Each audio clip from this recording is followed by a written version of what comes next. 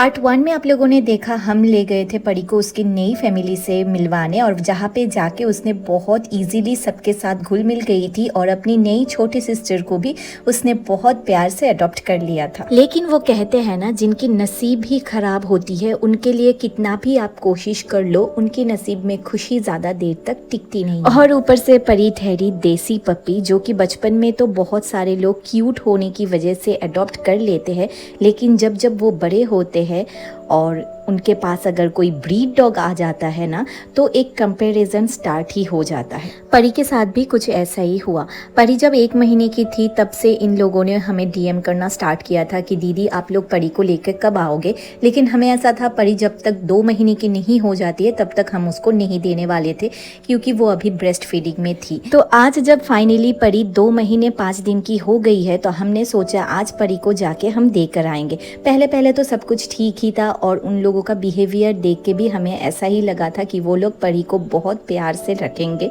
लेकिन परी को उनके घर छोड़ के आने के बाद शाम से नेक्स्ट मॉर्निंग तक हमें परी की एक भी खबर नहीं मिली।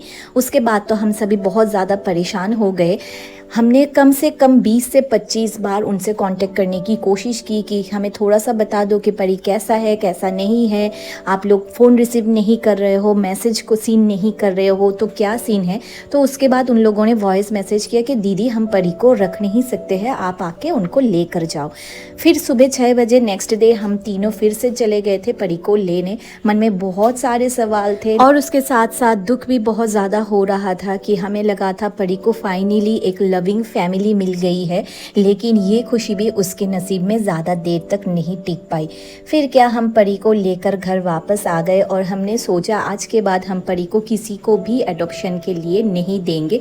जैसे कि परी की मम्मी और बाकी बहनें हमारे पास ही रहते हैं, वैसे परी भी आज के बाद हमारे पास ही रहेगी और उसके खाने पीने का, वैक्सीनेशन का जितना भी खर्चा होगा मैं और टीना हम दोनों मिलके उठाएंगे।